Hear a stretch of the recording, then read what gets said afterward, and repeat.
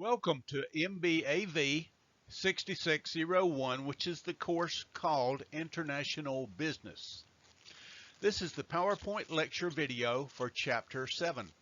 In this presentation, I want to cover material in the book from Chapter 7 and some news items that relate to our material. I am Dr. Bruton, and it's my pleasure to be with you today. As we go through this material, you can email me if you have any questions. My email address is on the screen. If you are now studying Unit 3 and Unit 4, I would suggest that you finish the Unit 2 essay if you have not already done so. The Unit 4 assignment is at the end of Chapter 7. The first part of that assignment is to show that you understand the concepts of absolute and comparative advantage. You will need to demonstrate that you understand that concept. The second part is to analyze the case study in Chapter 7 called the U.S.-Vietnamese Catfish Dispute, and to answer the two questions at the end. In this presentation, we will first cover the critical issues from the chapter. Towards the end of the video, we will look at one headline from your country that pertains to our topic. The length of this presentation will be about 23 minutes from start to finish. By the way, if you're wondering what the picture is, it's a crop circle. If you look close, you can see people walking around inside of it. So, why does government get involved in trade and manufacturing policy? If international trade were to decline, you would start to see things like factory closings, people being laid off. The tax base would shrink. In our country, social programs like welfare would increase. Because of excessive unemployment, wages would go down, and the gross domestic product would decline. These are economic costs. Let's look at the social impact of this decline. When people can't make a livable wage and there are no jobs to be had, people not only can't feed themselves, they sometimes go homeless. In these circumstances, you tend to have higher crime, increased drug addiction, more children in poverty, a higher divorce rate, spousal abuse, and more suicides. This is a family-unfriendly environment. It is important that government get involved with trade and manufacturing policy, not only to minimize this negative environment, but to find ways to grow jobs for their citizens. This table shows the reasons the government gets involved in trade. Notice that there are both 4 economic and 4 non-economic reasons for intervention. The first reason is to prevent unemployment. Even though it may be cheaper for a company to offshore a product, that offshoring will create unemployment. Here in the United States, the federal and a lot of our local governments will offer tax breaks to companies to keep their factories in the U.S. Unemployed people are one of the most effective pressure groups for restrictions on imports. In our country, we have labor unions, and those unions will sometimes lobby our congressmen to restrict imports. But trying to fix employment problems using trade policy can create new challenges. Costs that are often associated with import restrictions include higher prices and higher taxes. Governments must balance the potential for these costs with the benefits of creating new jobs. Fiscal and monetary policies may be more effective at correcting unemployment problems. See the picture of the catfish? That's what the U.S. was trying to do, to prevent unemployment. That's the basis of the catfish case study in Chapter 7. The second reason is to protect infant industries. According to the infant industry argument, production becomes more competitive over time because of increased economies of scale and greater work efficiency. Therefore, if a new industry is protected during its infancy, it has a greater chance of success. The government will restrict imports so that the new industry can supply any demand that there is. Later, when demand for the product grows, the government will allow imports to come into the country. Many developing countries use this argument as a rationale for implementing protectionist policies. You hear that term a lot. A protectionist policy is using tariffs, subsidies, quotas, and even currency manipulation to keep foreign imports to a minimum while your country tries to export as much as it can. Keep in mind, though, that production costs may never fall far enough to make an industry competitive. That makes it important to clearly identify those industries with the greatest chance for success. Even then, because of the cost involved, protectionism may not be automatic. The third economic reason is to promote industrialization. Generally, countries with higher per capita GDP have larger manufacturing bases. Countries can increase manufacturing output more easily than agricultural output. The bigger the economy, the more investment you get. So countries that are trying to develop an industrial base may restrict imports in select industries in favor of exports.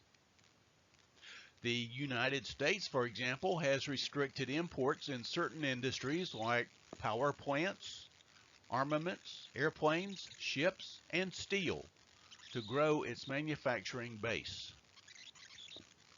The fourth economic reason is to improve our comparative advantage. Something that falls in this niche is to improve the nation's balance of payments. This explains what our president is doing with China. He is using tariffs to ensure that U.S. domestic producers have the same access to China's markets as China's companies have to U.S. markets. Any country that the U.S. has a trade deficit with, President Trump will want reciprocity. That is, U.S. products should have access to foreign markets just like foreign products have access to the U.S. market. Also, trade restrictions can be used to prevent a practice known as dumping, which involves exporting below cost or below home country prices. The first non-economic reason that a government might intervene in trade is to assist essential industries. The essential industry argument of protecting certain industries to avoid dependency on foreign suppliers can be appealing, but keep in mind that in theory, almost any product could be deemed essential. Generally, those industries that are deemed essential are the oil industry. You don't want to be dependent on some other country for gasoline and petroleum. The steel industry, you need steel to build factories and railroads. Any armament factories, and sometimes any automobile manufacturing plants. The picture on the slide is an oil platform drilling and pumping oil in Vietnam's oil fields. Dealing with Unfriendly countries is definitely a purpose for government intervention. Governments can use trade policy to encourage or discourage certain types of behavior by other countries. For example, to encourage North Korea to get rid of their nuclear armaments, the United Nations is restricting the types of products that can be traded with North Korea. The United States and the European Union are doing the same with Iran to get them to tamp down their ballistic missile technology. Bear in mind that the UN Security Council can apply trade sanctions to any country in the world, but also any individual country or a group of countries can use trade sanctions. For example, there are 31 Middle Eastern countries that won't trade with Israel. The third non-economic reason is to maintain a sphere of influence. Governments can give aid and trade credits to countries that join political alliances or vote a preferred way within international organizations. When an issue comes up in the United Nations General Assembly or in the Organization of American States, many countries vote with the U.S. because of the favor they get with trade credit.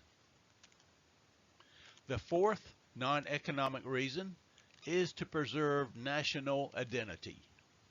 Some smaller nations like to restrict certain imports or certain ethnic groups of tourists. For example, Saudi Arabia will not allow non-Muslim tourists into the country. Another good story to share is that rice imports were strictly limited in Japan for years. The rice farmers in Japan had a lot of political clout, and for many years, Japan would not import any rice because rice farming was considered to be a historically cohesive force in the country. Tariffs are taxes applied to products either when they come into the country or leaving the country. These taxes directly influence prices by adding more cost to the product. There are also non-tariff barriers which affect either price or quantity, and we'll talk about that later.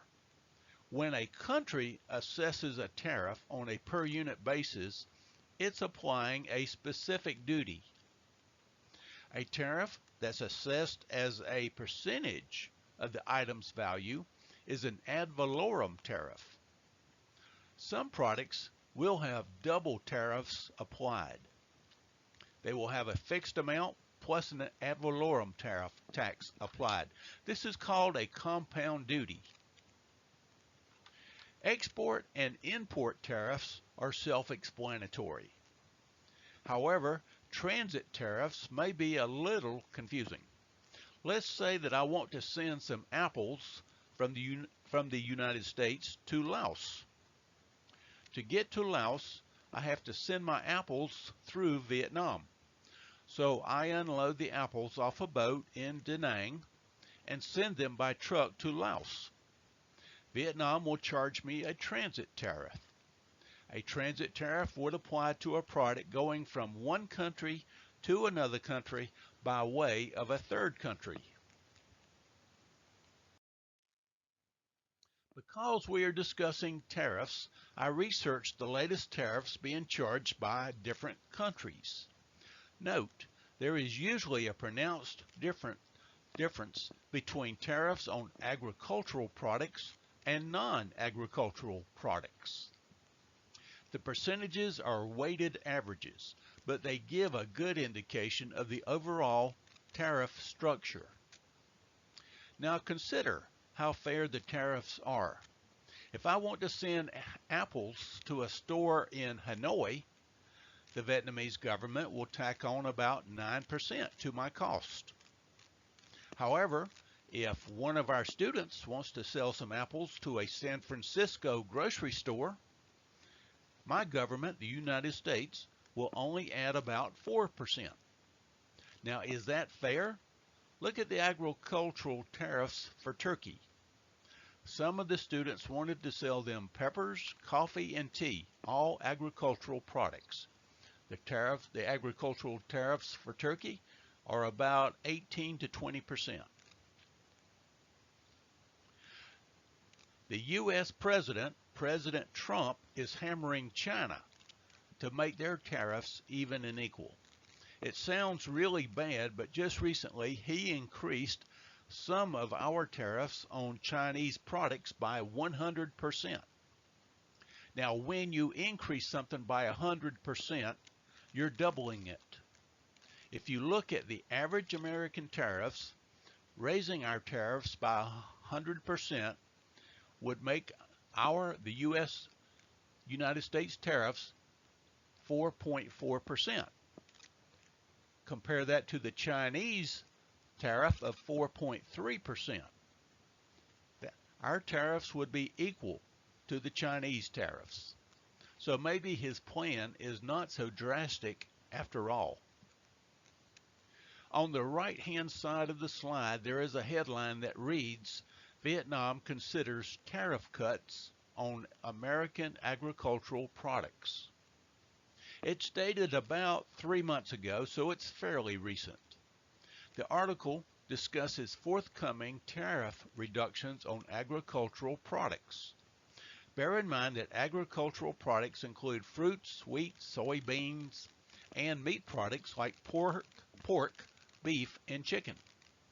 It suggests that tariff cuts will start next year, and I would assume that would be 2020, and then be eliminated. Tariffs would be eliminated by the year 2028. Anywhere in the world that the U.S. has a trade deficit, they will be subject to tariff reductions with the focus on getting the balance of payments back to even. Non-tariff barriers can affect either quantity sold or price. Subsidies are one of the most common ways to influence price. If the government wants to help make a company more competitive, they will help them by letting them use public facilities or giving them special rates on public transportation. For example, a big difference between U.S. catfish farmers and Vietnam catfish farmers are that the facilities that they farm their catfish in. The U.S. farmer builds big ponds on private land. It's expensive. The Vietnamese farmer uses cages immersed in public rivers. It's very cheap in comparison. Now, is this a subsidy? It is an advantage provided by the Vietnamese government. The U.S. thought it was a subsidy and acted as if it was. In addition to subsidies which help companies be more competitive, other policies that affect price include government aid, government grants, and government loans. They all help companies win contracts. Customs valuations is a big item also. If an export product is being valued at a lower than normal price, then the import tariff will be much less also. That's one way in which to pay a lower tariff. The most common type of non-tariff barriers that directly influence the quantity of imports are quotas, which limit the quantity of a product that can be exported or imported. There are ways in which to get around quotas. In some cases, you can rename the product. For example, there are sugar quotas in the United States. In the past, some candy producers imported some low-quality sugar as hard rock candy. They were able to get around the quota until the customs agency found out what they were doing. Another type of quota is the voluntary export restraint, or VER. While voluntary makes it appear that there is agreement on both sides of the border, to restrict a product, it's rarely voluntary. Embargoes are like sanctions in that they prohibit all trade from a country or a group of countries. There are other non-tariff barriers affecting quantity. These are listed in your textbook, but I'll go over a few. Buy local legislation is where the domestic government issues legislation to protect a certain product, or to require that a manufactured product have a certain percentage of domestic origin. For example, for cars to be identified as made in the United States, they must have 50% of their parts domestically sourced. Domestic governments can require certain safety or health standards, licenses, labels, or other administrative requirements. Some of these are valid, some are not. In some countries, this gives the government official an opening to accept bribes to clear the path for products to get things through customs. Keep in mind that trade restrictions affect services as well as manufactured and agricultural products. Look at the headline. Vietnam eligible to export catfish, fish products to U.S. It's dated about 4 months ago from when I'm writing this slide, so it's fairly recent. The article is about catfish being inspected to detect drugs, chemical residue, and pathogens. In many cases, Vietnam catfish farms are located in free-flowing rivers. From experience, the U.S. Department of Agriculture knows that chemicals used in land farming wash off the land into the rivers, and it's very possible that the catfish could get contaminated. The Chapter 7 case study you're doing as part of the Unit 4 assignment is about the early stages of the U.S.-Vietnam catfish dispute. A lot of students get emotional that the U.S. has tried to block catfish imports. But if you go back and look at this material, any nation will try to use trade policy to protect some of their smaller industries. The good part is that some progress is being made between our two countries. This chapter gives you a good review of the need for government trade intervention. Next time, we'll start with Chapter 8. Have a good day.